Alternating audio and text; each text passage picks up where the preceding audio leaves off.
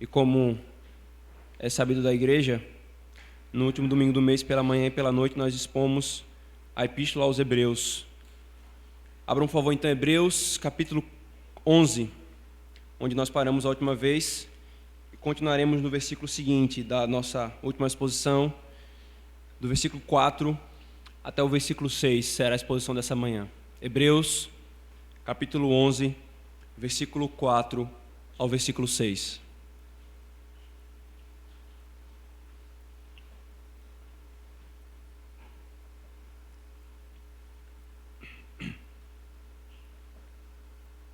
O Senhor diz, irmãos: pela fé, Abel ofereceu a Deus mais excelente sacrifício do que Caim, pelo qual obteve testemunho de ser justo, tendo a aprovação de Deus quanto às suas ofertas. Por meio dela também, mesmo depois de morto, ainda fala. Pela fé, Enoque foi trasladado para não ver a morte. Não foi achado porque Deus o trasladara, pois antes da sua trasladação, obteve testemunho de haver agradado a Deus. De fato, sem fé é impossível agradar a Deus, porquanto é necessário que aquele que se aproxima de Deus creia que Ele existe e que se torna galardoador dos que o buscam. Amém. Vamos orar, queridos, mais uma vez pedindo a bênção do nosso Deus. Senhor, para onde nós iremos se só Tu tens as palavras de vida eterna, Senhor? E agora estamos dessas palavras, pela qual o Senhor criou o mundo, pela qual o Senhor sustenta o mundo e pela qual o Senhor redimiu o mundo. Agora, Senhor, nós clamamos, o Teu povo aqui reunido, que o Senhor nos santifique pela Tua palavra, porque o nosso Senhor Jesus, o nosso sumo sacerdote, orou dizendo: santifica-os na Tua verdade, a Tua palavra é a verdade. O nosso Redentor orou ao Senhor, e como perfeito mediador, o Senhor sempre lhe atende, Senhor, as petições. É por isso que nós clamamos, Senhor, ouve essa oração do nosso mediador e santifica-nos pela Tua palavra. Nós oramos em nome de Jesus. Amém. Queridos, nós temos caminhado, e tem sido uma caminhada maravilhosa na Epístola aos Hebreus, vendo o clamor que o autor aos Hebreus tem feito para esses crentes judeus. Nós vimos que o autor aos Hebreus escreve para um grupo de crentes, de cristãos, que eram judeus anteriormente e se converteram, saindo da antiga aliança, abandonando tudo aquilo que era rudimentar no judaísmo, para o qual tudo isso apontava, que era Cristo e a nova aliança. E então, irmãos, o autor aos Hebreus, para encorajar esses irmãos que estavam abandonando a fé cristã e voltando ao judaísmo, muitos deles por causa da perseguição e da pressão que eles estavam passando, ele então escreve esses irmãos para encorajá-los a perseverarem na fé. Ora, vocês receberam o que é superior. Como que vocês querem voltar àquilo que era rudimentar e era temporário? Por isso, irmãos, do capítulo 1 até o capítulo 10, o autor aos Hebreus argumenta mostrando a superioridade de Cristo e da nova aliança do Pacto da Graça em relação a tudo aquilo que estava na antiga aliança do Pacto da Graça. Como quem diz: se vocês voltarem, vocês perderão aquilo que vocês receberam como maior, melhor e eterno. Não há nada melhor para nos encorajar a perseverar, se não colocarmos diante de nós a superioridade de Cristo. E nós passamos todo o ano passado, irmãos, vendo esses argumentos do autor aos Hebreus. E aqui, irmãos, no final do capítulo 10, veja o versículo 39. Que eu vou sempre lembrar isso, porque isso é que norteia todo o capítulo 11 até o final da epístola. Nós, porém, não somos dos que retrocedem para a perdição. Somos, entretanto, da fé para a conservação da alma. Depois de ele falar tudo isso sobre a perseverança e encorajar esses irmãos a perseverarem, a pergunta que fica é: como? Como e por meio do que nós perseveramos? Então, no capítulo 10, o autor aos Hebreus faz o link com o que ele vai falar a partir do capítulo 11. A maneira pela qual nós perseveramos é pela fé. Se não houver fé, não há como nós perseverarmos. Se não houver fé, tudo aquilo que é distante de Cristo, contrário a Cristo, vai nos turvar a vista e nos fazer abandonar aquilo que é o superior e o que é maior. E então, irmãos, no versículo 1 do capítulo 11, o autor nos mostrou o conceito bíblico do que é fé. No versículo 12, ele mostra que a fé traz a aprovação de Deus. E no versículo 3, nós vimos no mês passado o primeiro conteúdo essencial da fé. Essa fé que nos faz perseverar, essencialmente o conteúdo dela primário é crer que Deus criou o mundo pela palavra do seu poder. Então, irmãos, todo o capítulo 11 é o autor mostrando aqueles que perseveraram pela fé e aspectos dessa fé que o conduziram à perseverança. E agora, irmãos, do versículo 4 ao versículo 6, o autor ele vai ilustrar exatamente o que ele falou como essencial no versículo 2 do capítulo 11. Veja: pois pela fé os antigos obtiveram bom testemunho. Quando nós expusemos esse texto, nós vimos que a melhor tradução e a ideia por trás aqui é: pela fé eles obtiveram a aprovação. E no contexto, primariamente a aprovação do próprio Deus, e no aspecto geral a aprovação de toda a igreja. A igreja olha para trás e vê a vida deles como exemplo de fé e de piedade. O ponto então aqui, irmãos, é que a partir do versículo 4 até o versículo 6, o autor aos Hebreus vai mostrar esse ponto que ele falou. Nós só podemos agradar a Deus e termos a sua aprovação se for pela fé. Não é a fé mais alguma coisa, é pela fé. E aqui, irmãos, todas as vezes que nós falarmos dessa fé no capítulo 11, nós temos que trazer à nossa memória tudo o que foi dito no versículo 1 e no versículo 2 e no versículo 3, como sendo a essência da fé bíblica revelada na Escritura Sagrada. Pela fé, esses homens foram aprovados por Deus. Veja como isso, irmãos, é exatamente o tema dessa perícope, desse texto que nós lemos. No versículo 4, ele diz: tendo a aprovação de Deus. No versículo 5, obteve testemunho de haver agradado a Deus. E no versículo 6, sem fé é impossível agradar a Deus. Essa é a temática, irmãos, dessa porção aqui do versículo 4 ao 6. O autor quer mostrar exatamente o que ele acabou de falar. Quer ver como o que eu estou falando é verdadeiro? Quer ver que a fé, foi pela fé que esses homens tiveram a aprovação de Deus? Vamos então olhar aqui a história e a vida dos dois primeiros crentes que a Escritura registra, Abel e Enoque. Como que eles se relacionaram com Deus? Por isso, irmãos, nós vamos ver esses dois irmãos nossos na fé, e então fecharmos a exposição com o último versículo, que é o 6. Como então, irmãos, Abel obteve a aprovação de Deus e agradou a Deus pela fé? O texto aqui, irmãos, nos fala três coisas. E é importante deixar claro que são três coisas que Abel teve, recebeu ou fez pela fé. Isso é importante porque, como no início do versículo começa, pela fé Abel, e então continua, e não se repete o pela fé, a gente pode ser tentado a perder o raciocínio do texto. Mas aqui, irmãos, são três obras, ou que Abel recebeu, ou que Abel fez pela fé. Veja a primeira: pela fé, ele ofereceu um sacrifício. Pela fé, ele foi declarado justo. Pela fé, ele ainda fala. São três atos aqui que Abel fez pela fé. A primeira, irmãos, o primeiro é que pela fé ele ofereceu um sacrifício superior ao do seu irmão Caim. Queridos, quando o pacto de obras foi quebrado lá no Éden, e Adão e sua mulher foram expulsos do jardim do Éden, eles receberam a promessa da parte do Senhor, de que ele providenciaria um descendente que viria da mulher, e esse descendente pisaria a cabeça da serpente. Ele promete: este descendente pisará a cabeça da serpente.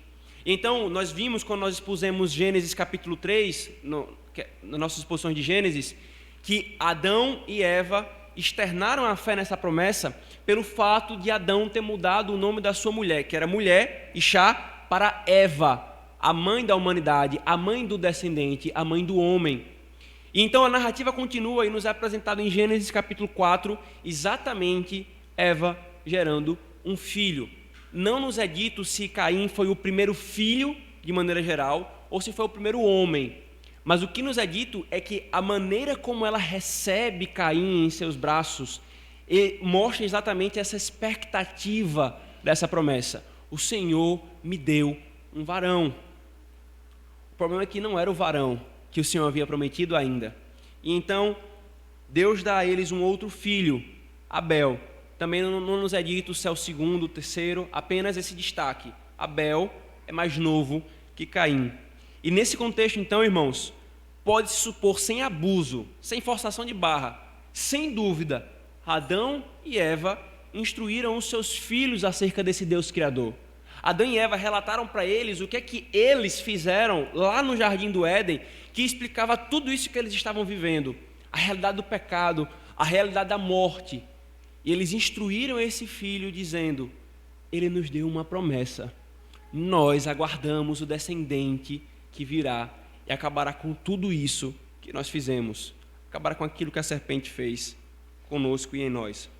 Então, irmãos, ouvir tudo isso de Caim, Abel e todos os filhos de Adão e Eva deveria gerar fé. Por que deveria gerar fé, irmãos? Depois que o pacto de obras foi quebrado, não há nenhum outro caminho de salvação senão confiar nesse descendente que fora prometido. Ali, depois que eles saíram do Éden, começa o anúncio do Evangelho, e o primeiro pregador do Evangelho é o próprio Deus: eu trarei um descendente. Eles deveriam crer nessa promessa e deveriam viver conforme essa promessa e entenderem aquilo que os seus pais experimentaram. Ninguém se apresenta a Deus por si mesmo sem confiar na promessa desse descendente. Ninguém pode se colocar na sua presença, mas por si mesmo. Ora, eles foram expulsos da presença de Deus, porque por si mesmos eles não conseguiriam e não poderiam ficar em comunhão perfeita com Deus. Então, irmãos, o texto lá em Gênesis nos diz que depois de um período, Caim e Abel ofertaram ao Senhor, foram cultuar ao Senhor. Caim ofereceu o fruto da terra, visto que ele era agricultor. Abel, o melhor do rebanho. E aí, irmãos, uma coisa nos chama a atenção no texto: Abel e sua oferta foram aceitáveis ao Senhor, agradaram ao Senhor. Mas Caim e a oferta de Caim, o Senhor rejeitou. A pergunta, irmãos, é por quê? Por que isso aconteceu? E então o Senhor, na sua misericórdia, na revelação progressiva, nos dá agora a resposta clara de por que isso aconteceu. Por que Deus aceitou Abel e a sua oferta e rejeitou Caim e sua oferta? E a resposta o porquê, irmãos, não está na oferta primariamente. A resposta está no ofertante. Abel ofereceu pela fé. Pela fé, o autor diz, Abel ofereceu a Deus mais excelente sacrifício do que Caim.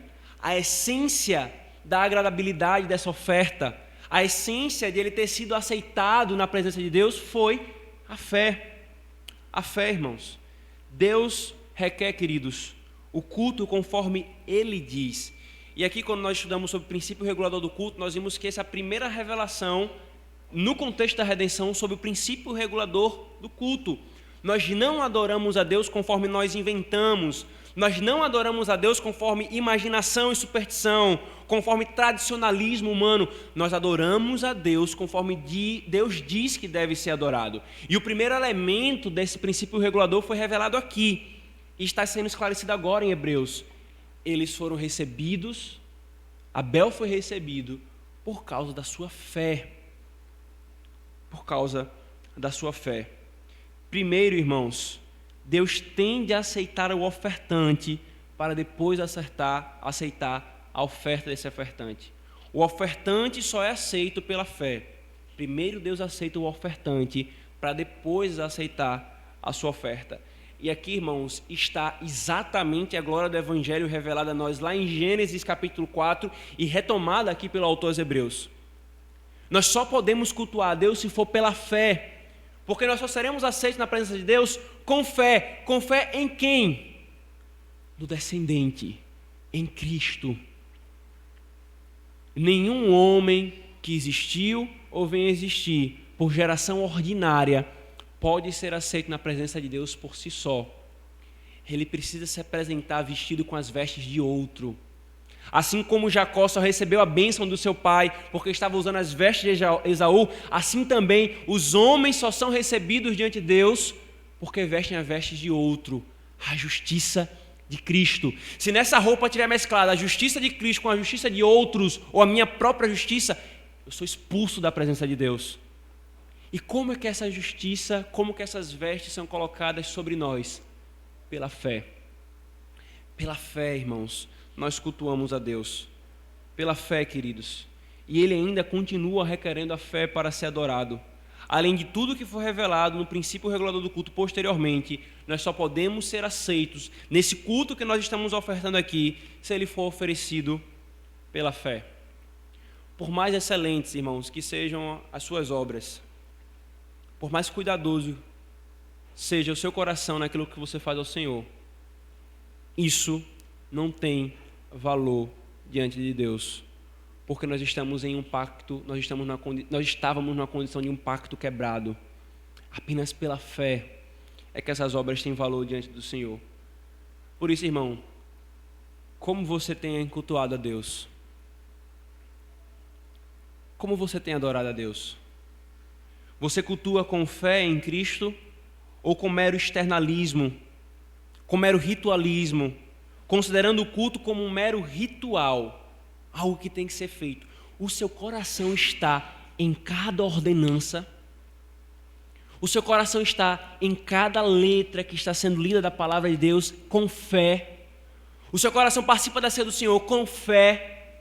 Ouve a palavra pregada do Senhor com fé. Vai à presença do Senhor na oração com fé. Como você tem adorado a Deus, querido? Você coloca seu coração em sua fé ou está ausente de corpo e alma? Irmãos, Deus olha para o coração.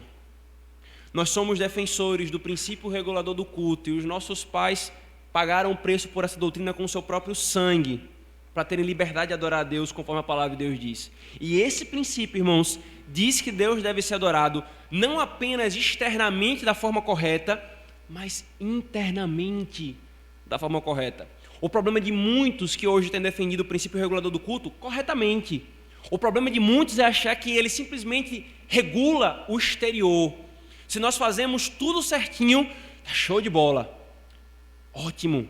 Fazer tudo certo externamente deve ser feito, porque o Senhor ordena. Mas se o meu coração está distante do Senhor, enquanto eu estou fazendo tudo certinho externamente, isso não é muito diferente dos fariseus, isso não é muito diferente dos romanistas e de nenhuma outra religião que coloca ênfase no externalismo, em atos externos, porque Deus requer o coração. Em outras palavras, Deus requer fé enquanto se está sendo ofertado. Nós não mais ofertamos, irmãos, sangue derramado, porque o sangue final para o qual todos os sacrifícios apontavam já foi derramado. Mas o apóstolo Pedro diz que nós, em culto, oferecemos sacrifícios espirituais a Deus, cada um de nós como sumos sacerdotes desse reino, por meio do grande sumo sacerdote. O apóstolo Pedro fala em sua primeira epístola. Fé deve estar misturada com tudo o que nós fazemos no culto ao Senhor, irmãos, no culto ao Senhor. E se você ainda não crê em Cristo, você não é aceito por Deus. As suas orações, o seu culto, as suas ofertas não passam de um palmo da sua cabeça, porque fé é essencial para ser adorado, para Deus ser adorado. Mas vem a segunda coisa, irmãos, que então Adão recebe por causa da fé. O texto diz: pela fé, ele obteve testemunho de ser justo. Ele obteve o testemunho de ser justo.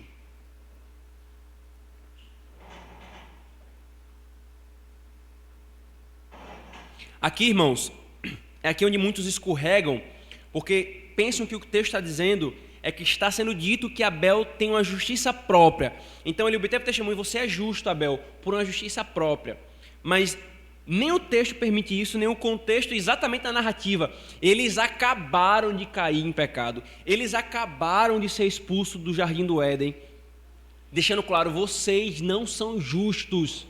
Vocês não podem estar na minha presença. E se há alguma dúvida de que os filhos de Adão poderiam nascer com algum tipo de justiça original, igual que Adão foi criado, Gênesis capítulo 5, versículo 1. Deus criou Adão à sua imagem e semelhança. mas Adão gerou seus filhos à sua imagem e à sua semelhança. O que significa isso? Por que o texto por que Moisés faz questão de colocar esse contraste? Não é que os filhos, os homens, não possuam mais a imagem e semelhança de Deus. Possuem, só que agora essa imagem e semelhança é tal qual em Adão, desfigurada, corrompida, manchada. Gênesis capítulo 4, 5, 6 é para provar que toda a humanidade é corrompida. Não é à toa que o testemunho do Senhor em Gênesis capítulo 6 eu vou destruir o homem, porque o seu coração é continuamente mau desde a sua mocidade. E a palavra hebraica para mocidade é desde bebê, desde pequenininho. Esse é o testemunho do Senhor. Por que então nos é dito que Abel, irmãos, declarou, houve um testemunho de que ele era justo? A ideia é exatamente aquilo que o apóstolo Paulo fala em Romanos. Ele foi declarado. Esse é o testemunho. Você é justo. Você está justificado pela fé. Você não recebe mais aquilo que os seus pais receberam lá atrás. Isso é tão claro, irmãos, que o apóstolo João toma exatamente Abel como o resumo da igreja naquele período. Abra, por favor, 1 João, primeira epístola de João, capítulo 3, perdão.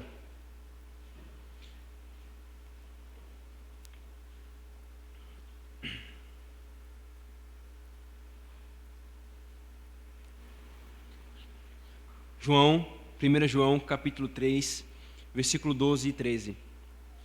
Não segundo Caim, que era do maligno e assassinou a seu irmão. Por que o assassinou? Porque as suas obras eram más e as de seus irmãos justas. Irmãos, não vos maravilheis se o mundo vos odeia. O que é que João está fazendo aqui, irmãos? João está pegando o que a gente chama de paradigma. Ele toma Abel e Caim como dois paradigmas. Caim era filho da mulher, ele vinha da mulher, mas ser da descendência santa não é ser da descendência da carne, porque Caim nasceu de Eva, mas era do maligno. E então ele fala de Abel, cujas obras eram justas, e Caim odiou Abel. E aí, no versículo 13, João pula: irmãos, não vos maravilheis se o mundo vos odeia. O que é que ele está fazendo? Lá atrás já estava o paradigma. O mundo, Caim, Abel, a igreja, que temia ao Senhor, que servia ao Senhor pela fé, confiando na promessa desse descendente. É tão claro isso, irmãos, que Abel foi declarado justo, que suas obras eram justas, que João toma o exemplo de Abel como paradigma, como referencial e resumo do que era a igreja. Por isso, irmãos, aprendemos que todos os homens, desde a queda, só são justificados pela fé, conforme o apóstolo Paulo fala em todas as suas epístolas, especialmente Romanos 3 a 4. Qualquer teologia, irmãos, que ensine que antes de Cristo ou depois dele, os homens eram justificados pela obediência à lei, é falsa e nada sabe do Evangelho. Qualquer teologia que ensine que os homens, antes da manifestação de Cristo, ou depois dele, misturando fé com qualquer coisa, ou fazendo da fé uma obra, é falsa e não sabe nada do Evangelho. E por último, irmãos, Abel, pela fé, ele ainda fala. E é interessante que todo o contexto do capítulo 11 está envolvido a palavra testemunho. Ele ainda fala, ele ainda testemunha a nós. Como, irmãos? Queridos, os homens, eles continuam ensinando por meio de suas palavras e obras, né? A gente tem uma série de grandes autores no meio da humanidade, grandes autores no meio da igreja cristã, que continuam ensinando e falando por meio das suas obras e dos seus escritos.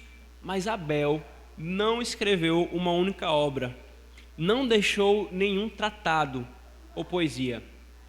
Apenas sua fé, apenas a sua fé, fazendo o que Deus ordena, cultuando-o pela fé em Cristo, como Deus quer, nos encoraja a nos aproximarmos desse Deus, para sermos aceitos por Ele, pela fé.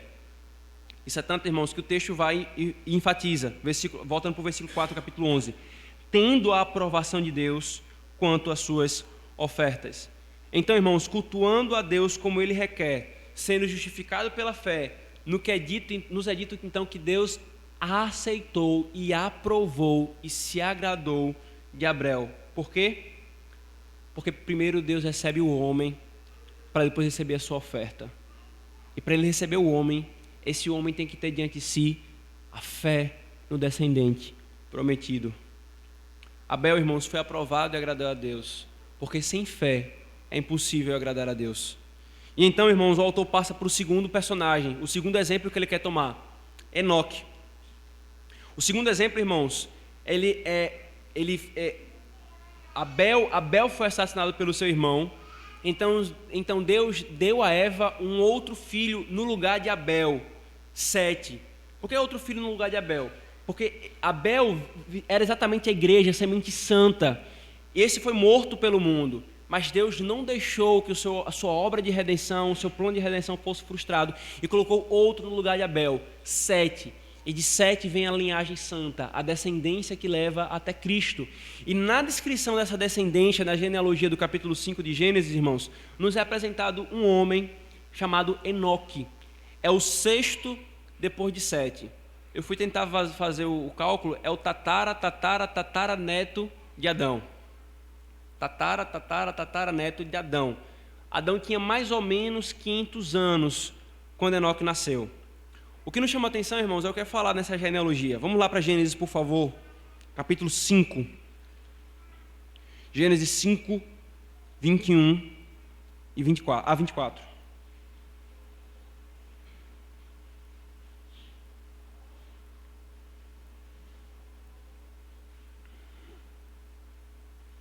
Gênesis 5, 21 a 24. Enoque viveu 65 anos e gerou a Matusalém. Andou Enoque com Deus, e depois que gerou a Matusalém, viveu 300 anos, e teve filhos e filhas. Todos os dias de Enoque foram 365 anos. Andou Enoque com Deus, e já não era, porque Deus o tomou para si. Irmãos, novamente, o autor de Hebreus volta esse texto e interpreta o que está acontecendo ali em Gênesis capítulo 5. Enoque andou com Deus. E aí o autor dos Hebreus nos diz que Enoque andou pela fé. E por essa fé ele foi trasladado. Pela fé ele foi trasladado. E por que ele foi trasladado? Porque ele andou com Deus. Enoque, irmãos, ele andou com Deus. E por causa disso, tendo andado com Deus pela fé, foi por essa mesma fé trasladado por Deus. Porque ele agradou a Deus. Ele agradou a Deus. E esse fato, irmãos, é desse fato que o autor tira esse princípio. E então ele nos ensina: todo aquele que andar com Deus pela fé nele e no seu Cristo, será tomado para ele e não verá a morte. Muitos perguntam, por que Enoque foi colocado aqui dessa forma, logo em Gênesis capítulo 5? Irmãos, é para nos mostrar uma coisa. Todo o refrão da genealogia de Gênesis 5, é: e fulano gerou Cicrano e morreu. E fulano gerou Cicrano e morreu. E morreu. E morreu. E Enoque gerou Cicrano e não morreu. E de todos os que não morreu, é dito sobre ele andou com Deus. E quando fala não morreu, irmãos, não é que Enoque não experimentou a morte, né? Há uma passividade no meio dos teólogos reformados de que Enoque morreu sim. Mas o ponto é, ele foi trasladado e ninguém viu a sua morte, ninguém viu o seu corpo, e ninguém pode dizer Enoque morreu. Enoque foi trasladado. E por quê? Porque ele andou com Deus e o fez pela fé. Para que então o Senhor nos ensinasse, irmãos, que todo aquele que anda pela fé com Deus será tomado para ele e não verá a morte eterna. Você tem andado com Deus pela fé? Você tem andado com Deus pela fé? Ou por sua carne e pela sua vista? Irmãos, só irá andar com Deus na eternidade aqueles que andam com Deus aqui pela fé. Se eu não ando com Deus aqui pela fé, a eternidade ao lado de Deus não é o meu lugar. E andar com Deus, irmãos, é ter comunhão com Deus. Só é possível ter comunhão com Deus se for pela fé. É o que nós acabamos de ver na exposição com relação a Abel. E isso é que tem poder de nos preservar. Você sabe disso, irmão. Você sabe que você falha todas as vezes que você quer fazer algo agradável a Deus. A sua consciência não te deixa mentir, como a minha não me deixa mentir. Nós não conseguimos perseverar por nosso braço forte, por nossas obras, por nossa força. Apenas pela fé nós podemos andar com Deus. Porque se não for pela fé, não há como haver comunhão entre trevas e luz. Porque sem a fé, nós somos como trevas. Mas com a fé no Filho de Deus, há comunhão entre trevas e luz, porque nós somos feitos luz em Cristo, pela sua justiça e pela sua obra. E então, irmãos, depois de autor aos Hebreus falar sobre esses dois exemplos, ele faz uma interpretação do que ele está fazendo e faz um resumo, ou melhor, faz uma aplicação geral. Ora, está aqui o exemplo de Abel, está aqui o exemplo de Enoque. Qual é o passo seguinte que ele fala então? Todo e qualquer um.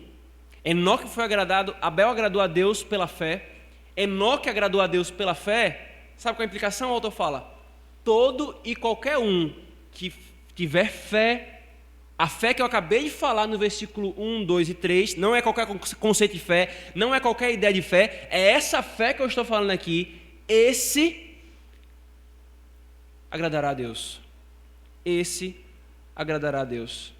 O próprio autor, irmãos, vai interpretar agora aqui no versículo 6, veja: de fato, sem fé é impossível agradar a Deus, porquanto é necessário que aquele que se aproxima de Deus creia que Ele existe e que se torna galardoador dos que o buscam.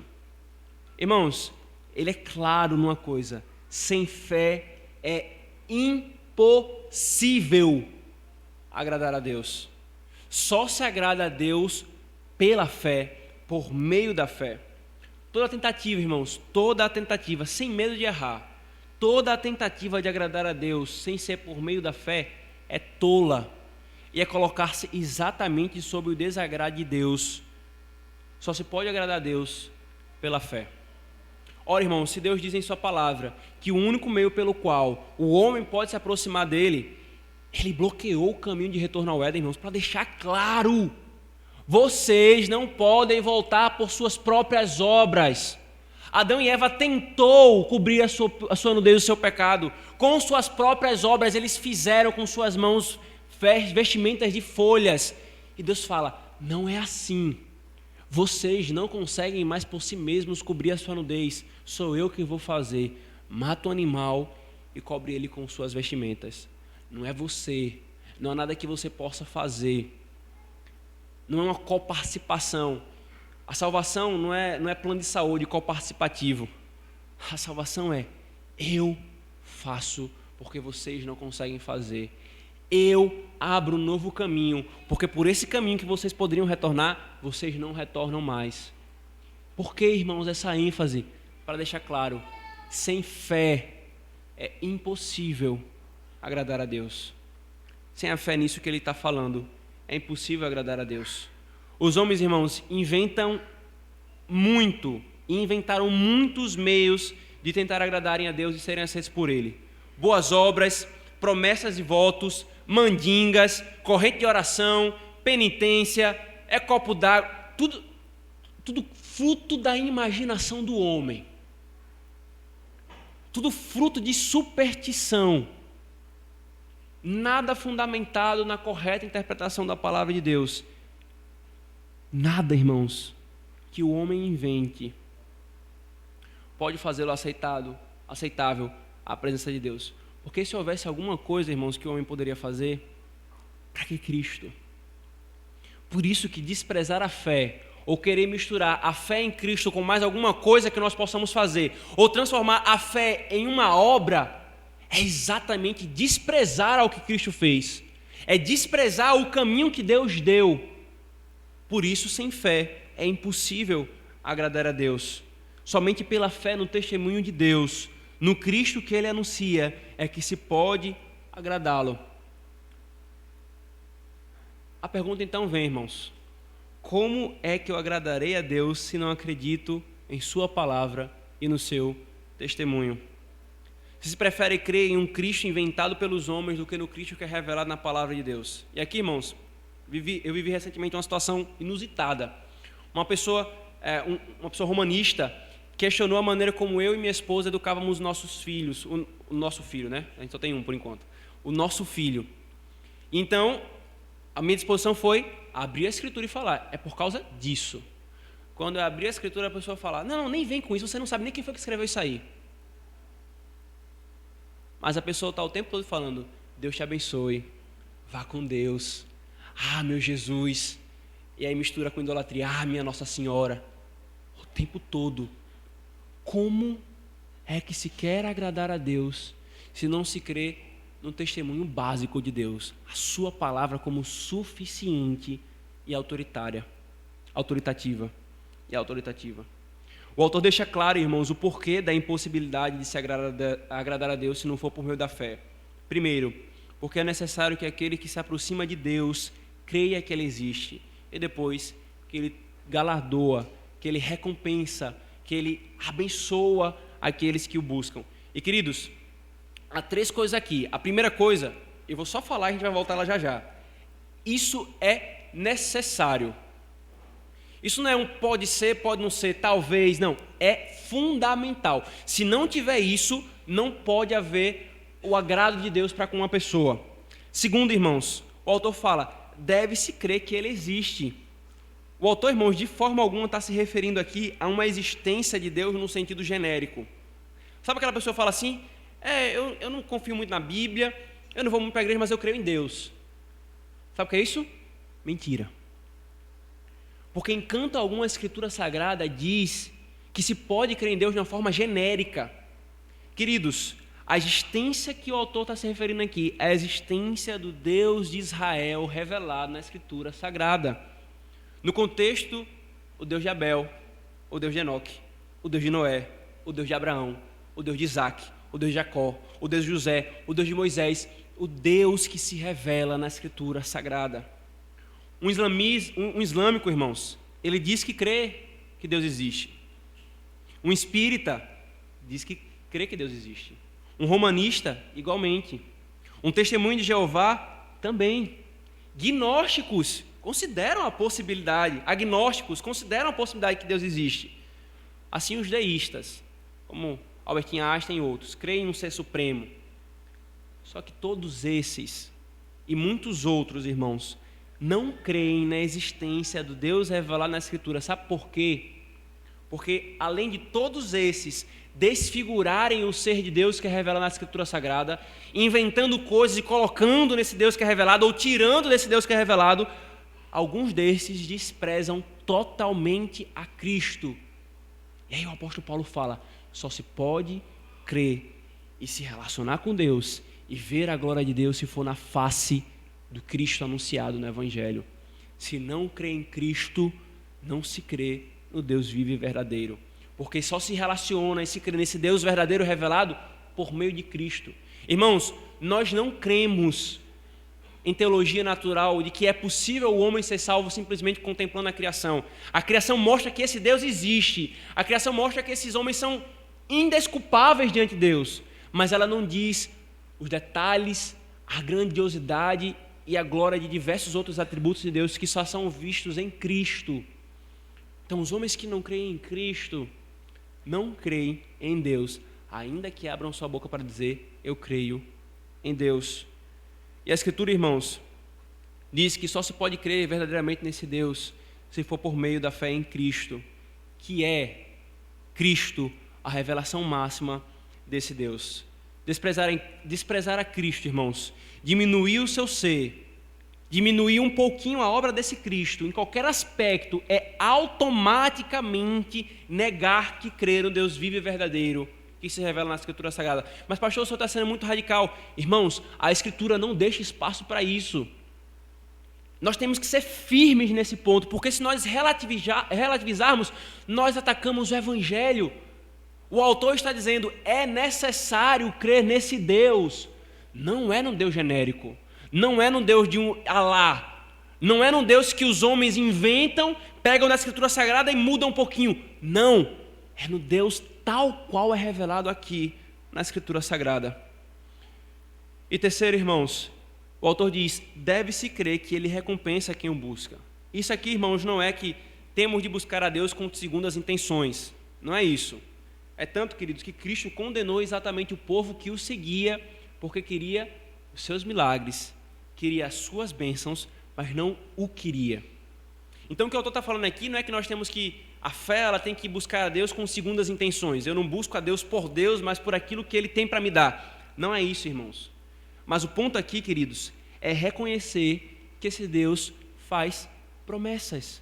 Nós vimos na exposição de Mateus capítulo 5 e capítulo 6 o que são os galardões, que também é uma outra doutrina deturpada no meio dos evangélicos e dos romanistas. O galardão, irmãos, não é algo meritório em absoluto, mas ele é fruto da promessa de Deus aos seus filhos que fazem aquilo que Ele faz. Lembra daquela ilustração que a gente usou? Você é filho, né?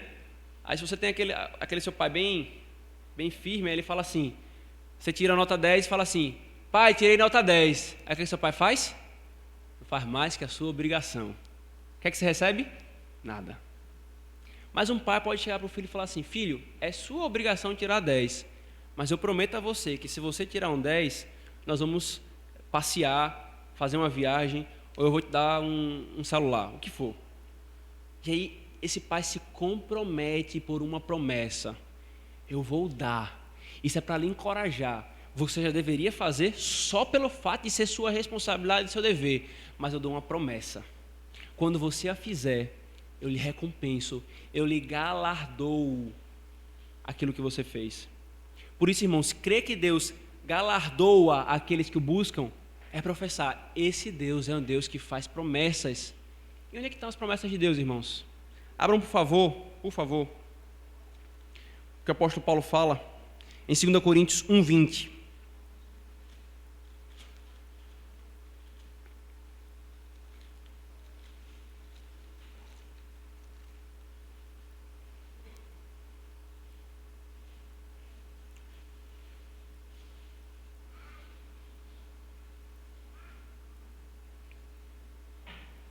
Segunda Coríntios 1:20. Porque quantas são as promessas de Deus, tantas tem nele o sim, porquanto também por ele é o amém, para a glória de Deus, por nosso intermédio. Tantas são as promessas de Deus, tantas tem nele quem, irmãos? Veja o versículo 19. Porque o Filho de Deus, Cristo Jesus, que foi por nosso intermédio anunciado entre vós, isto é, por mim e Silvano e Timóteo, não foi sim e não, mas sempre nele houve o sim, porque tantas quantas são as promessas de Deus, tantas tem nele, ele está se referindo a Cristo. Todas as promessas de Deus têm em quem o sim? Em Cristo. Onde é que nós temos as promessas de Deus e recebemos os seus benefícios? Em Cristo. Então, irmãos, quando o autor fala, se eu tenho fé para me aproximar de Deus, eu tenho que reconhecer que esse Deus é um Deus de promessa. É um Deus bom. É um Deus que prometeu generosamente e não irá mentir o que Ele prometeu em Cristo. É crer, irmãos, que Ele recompensa. Crer que Ele recompensa é fundamental para que nós tenhamos convicção e que nós não esperamos em vão. E aqui é um outro ponto importante, irmãos. Ora, se a essência da fé é confiar no que Deus diz, então a fé precisa ter a convicção de que Ele vai cumprir o que Ele falou. E aqui vem um argumento central do autor, irmãos. Nós só vamos perseverar pela fé. Se eu não tenho convicção de que Ele galardoa aqueles que o buscam, eu não vou perseverar. É da essência da fé essa convicção. Deus é um Deus que promete e cumpre as suas promessas. Ele está dizendo que as suas promessas estão em Cristo. E se eu o buscar, Ele vai me dar o que Ele prometeu. Salvação eterna. Ele vai galardoar aqueles que o buscam. A fé, irmãos, só será completa em todas as suas partes para assegurar-nos do favor divino quando sentirmos a inabalável confiança de que nós não buscamos em vão, mas que Ele cumprirá o que Ele diz em Cristo. Esse Deus, irmãos, é o Deus que promete recompensas no contexto da queda para aqueles que o buscam. E como é que Ele é buscado? pela fé. Não é aqueles que querem chegar diante dele por suas obras, por suas experiências, mas aquele que o busca pela fé. E toda a Escritura revela que Deus só é buscado pela fé.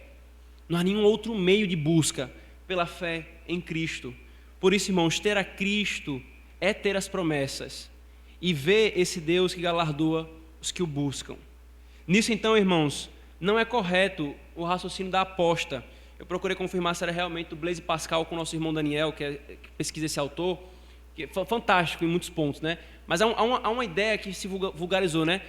O cara fala assim: se eu creio em Deus, né? Lida com a crença em Deus como se fosse uma aposta.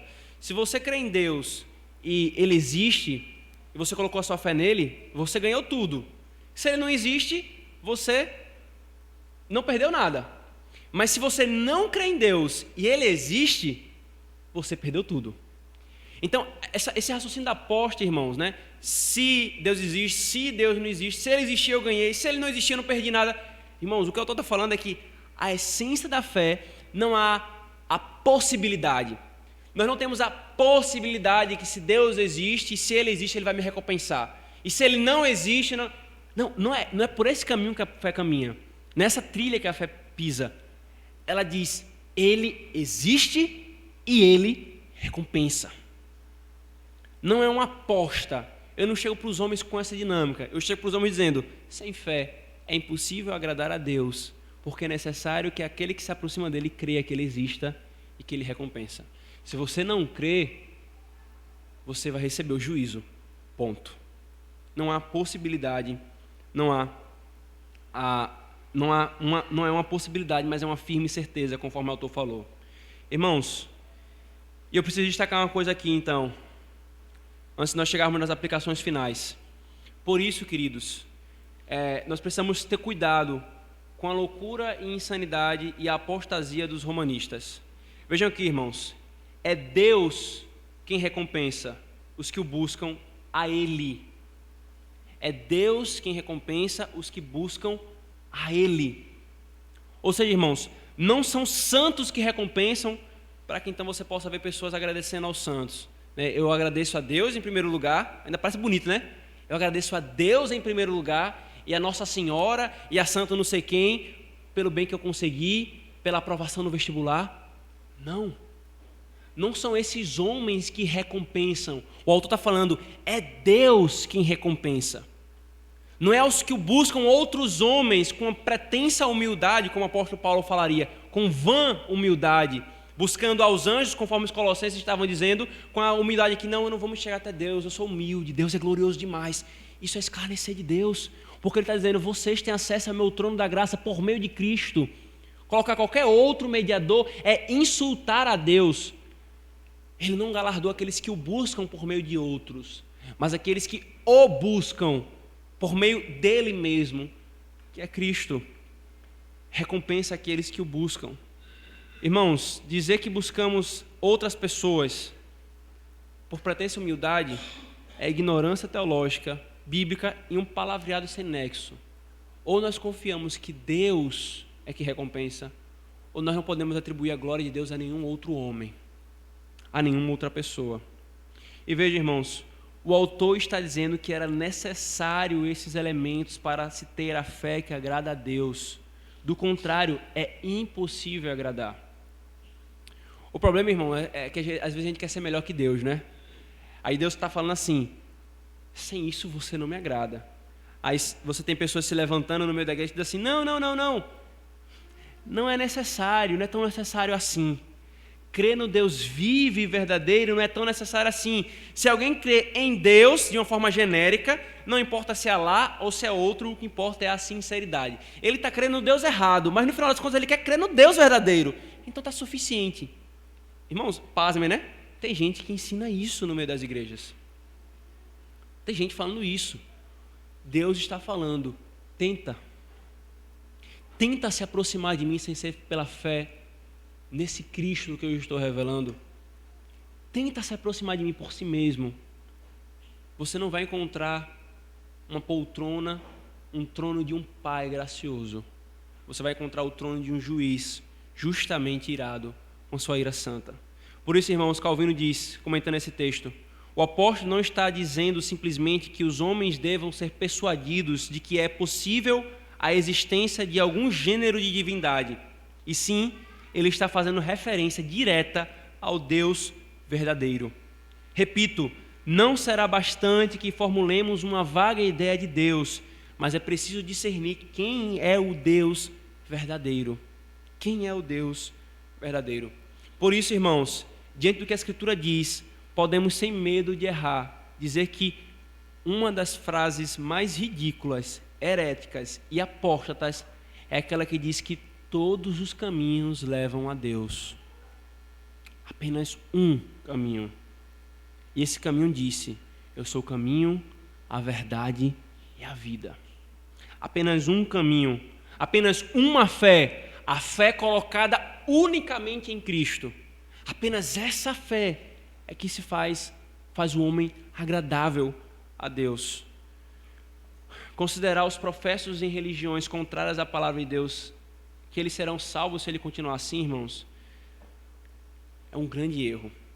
Como se todas as religiões fossem de alguma forma parecida com a religião revelada na Escritura Sagrada. Não são, irmãos.